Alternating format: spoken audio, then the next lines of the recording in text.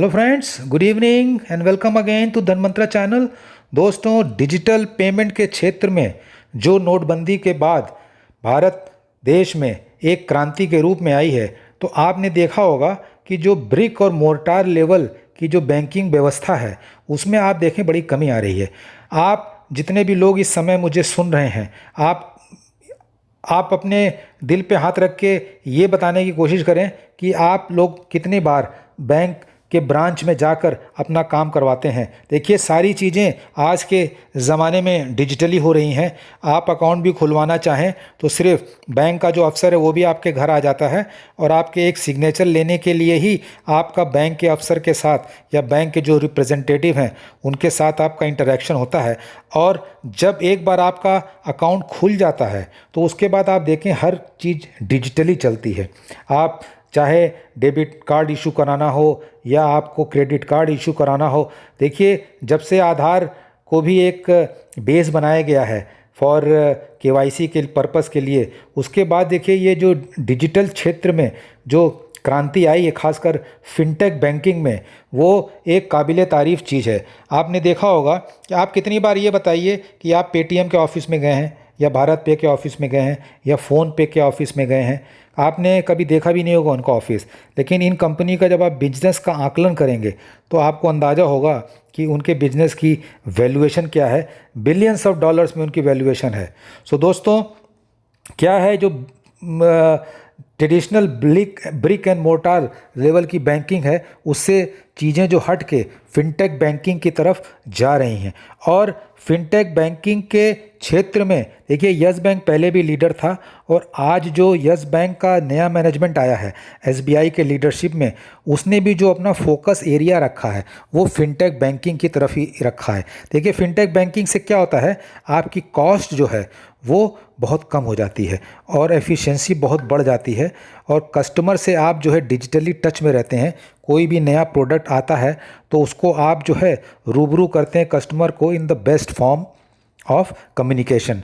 सो दोस्तों, cost cutting पे Yes Bank का बहुत जोर है, डिजिटाइजेशन पे बहुत जोर है। देखिए, यस बैंक का जो एनपीए है बहुत ज़्यादा है। देखिए, एनपीए कलेक्ट करना आपके हाथ में इन द सेंस नहीं रहता है कि उसमें डिपेंड करता है कि अगली पार्टी आपको पैसे दे रही है कि नहीं दे रही, लेकिन जो कॉस्ट कटिंग है वो हमेशा आपके हाथ में रहती है।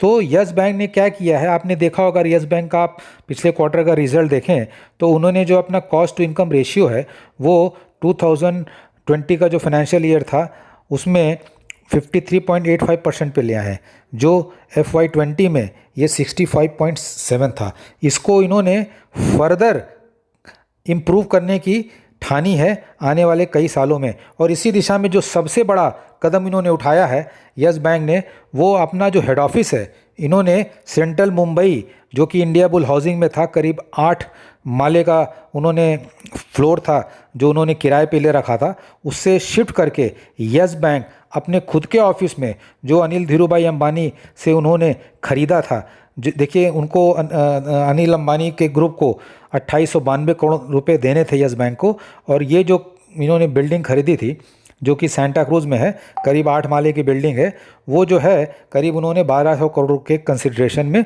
उनसे लिया था। सो अगले हफ्ते यस बैंक का जो हेड ऑफिस होगा वो yes bank house Santa cruise में होगा और अगले हफ्ते सभी लोग वहाँ पर शिफ्ट कर जाएंगे।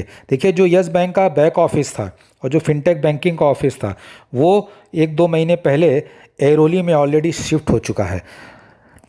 सो दोस्तों, आप लोग ये मान के चलिए कि इस शिफ्ट से यस बैंक को आप मान के चलिए कम से कम फ्यू 100 करोड़ का फ़ायदा होगा in terms of cost cutting.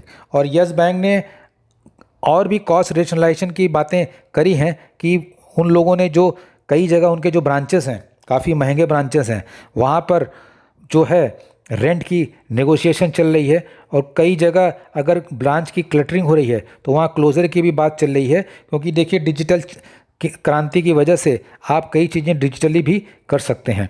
सो दोस्तों, आने वाले जो साल है जो FY22 होगा, वहाँ पे आपको ये देखने को मिलेगा कि यस बैंक ने अपने कॉस्ट में बहुत कटौती कर ली है। देखिए, कॉस्ट कम होता है तो ऑपरेटिंग प्रॉफिट बढ़ता है और जो है उसका प्रभाव फाइनली जो है आपके बॉटम लाइन पे भी दिखता है। देखिए यस बैंक के जो मैनेजमेंट का विज़न है धीरे धीरे कर रहे हैं।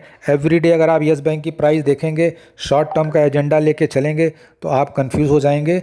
देखिए कम से कम 3 साल का विज़न होना चाहिए। जितना लंबा मैनेजमेंट का विज़न है उतना लंबा आपका भी होना चाहिए।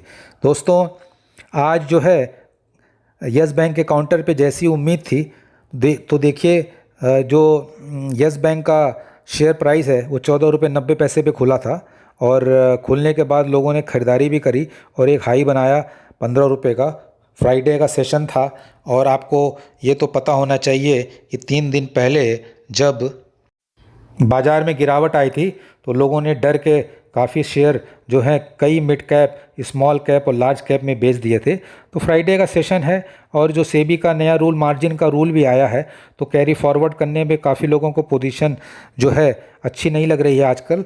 तो एक प्रॉफिट बुकिंग का माहौल क्रिएट हो गया। काफ़ी शेयरों में हुआ था, यस बैंक के काउंटर पे भी हुआ और यस बैंक के काउंटर ने जो है एक लो बनाया था 14.35 का और जो क्लोजिंग दी है वो 14 रुपये 40 पैसे की दी है।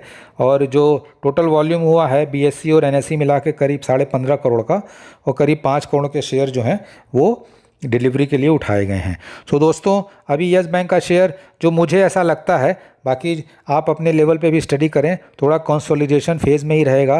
देखिए बाज़ार को अनिश्चितता पसंद नहीं है और एक बहुत बड़ी जो अनिश्चितता थी यस बैंक के काउंटर पे कि जो फंड रेजिंग को लेकर थी वो जो ख़त्म हो गई है। अब यस बैंक को देखना है कि जो फंड रेज़ कर रहे हैं डेट के थ्रू कितना करते हैं, कब करते हैं और उसका क्या यूज़ होता है, that will be very important. मैंने आपको पिछले वीडियो में साफ साफ कहा था कि जो फोकस है वो अब शिफ्ट हो जाएगा एक्चुअल फाइनेंशियल परफॉर्मेंस पे।